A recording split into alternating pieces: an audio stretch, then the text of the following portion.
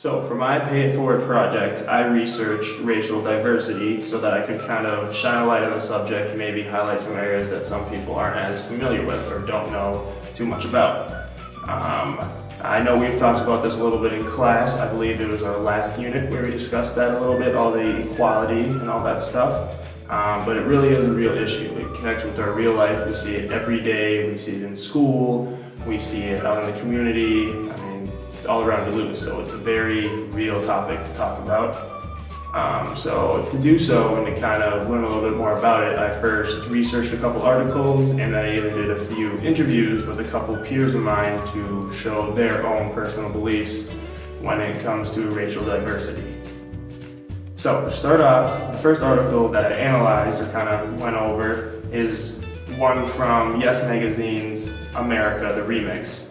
Both articles are actually going to be from this magazine, but nevertheless, the first one is entitled Our Future as a Multicultural Society, and this one was moderated by Sarah Van Gelder, and moderated just means it was kind of an interview with multiple people, but she was the one kind of facilitating the interview. So, this article or interview talks about how that by 2042, color will be the majority, meaning that the European Caucasian will no longer be the majority population.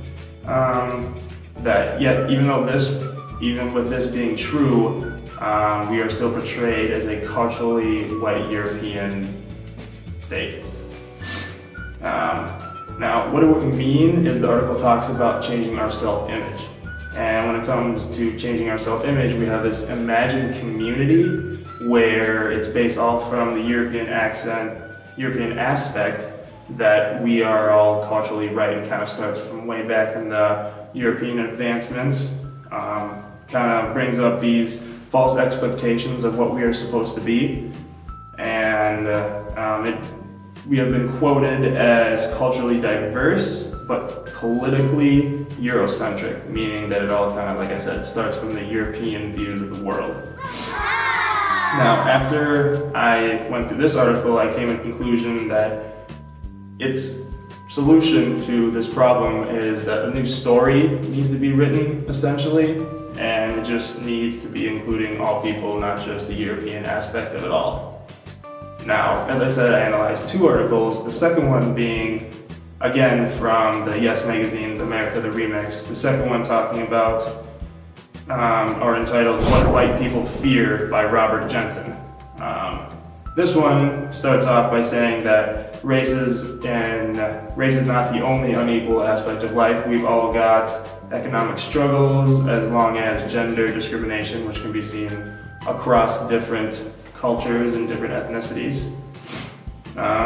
This article states, and I kind of don't agree with this one, that whites guide the society on how to change, talking about how we started at the top or something from that point of view and how we can lead, kind of like be a guide. I don't know, I don't really agree with that part. And it actually also claims that the gender gap today is worse than it was, say, back 20, 30, 40, 50 years ago. Now, to quote the article, it states, put bluntly, the United States abolished a formal apartheid, meaning system that separates by color, system, but remains a white supremacist society. Basically saying how even though we got rid of the system that is very racist and categorizes people, still remains a kind of, the whites are in the spots of power. But that's slowly starting to change, and that's the good thing. That's good. And that this whole entire racism in general, claimed again by this article, that is that white people living with the fear without their white privileges. And again, this article kind of agrees with the first, talking about how there's no easy solution, but that it says that when we start to become uncomfortable, that means it's a good thing. That means we're making change, we're making progress. So, other than these two articles, I also interviewed a couple people, or my peers around campus, and here is what they have to say about ethnic equality.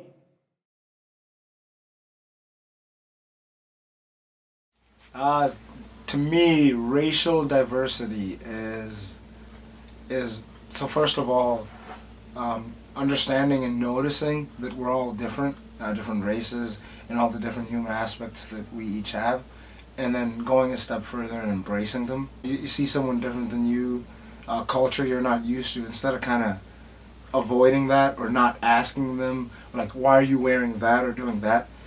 Go to them and ask them, hey, so, why do you guys do this? In a friendly way, and want to learn more and engage with them. Multicultural Center, they put on a lot of shows. They'll have the Latino Association has a night, or Homo Student Association, Black Student Association. They always have events. Go to those events and try to learn more about these different cultures, and just embrace them instead of trying to silence all the different groups. Embrace the fact that we're all different and try to learn about each other.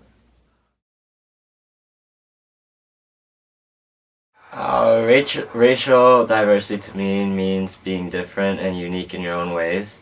Because if we were all the same, that'd be kind of boring. And I think the unique part is like we all come from different backgrounds. We all have different beliefs and cultural backgrounds. So I think that's what makes us each unique, and that's what it means to me.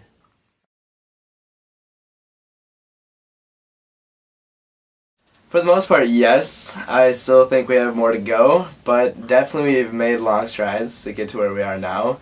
We're starting to bridge that gap between, different cultures, and we're starting to become more one, I guess, as a society instead of segregated like we used to be.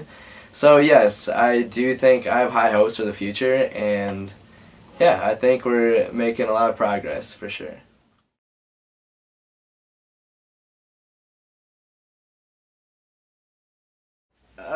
So that's a tough one.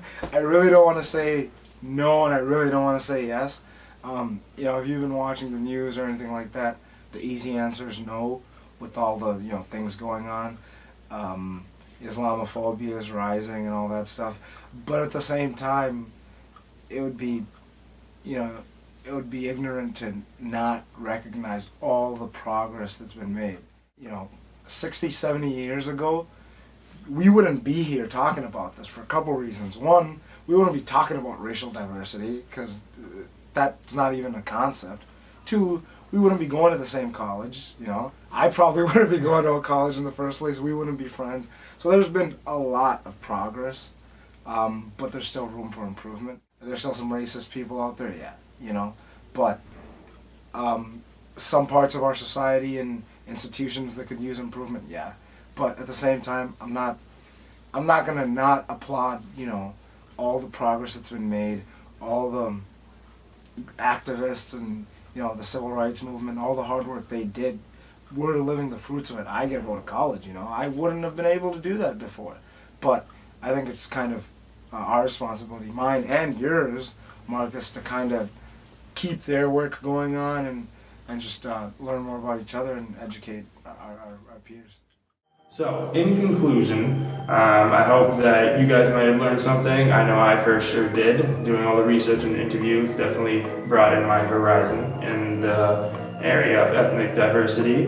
Personally, I believe that we are headed in the right direction, that there is nothing but good things to come, and hopefully in the years to come, maybe by 2042, we will become a society that is ethnically diverse.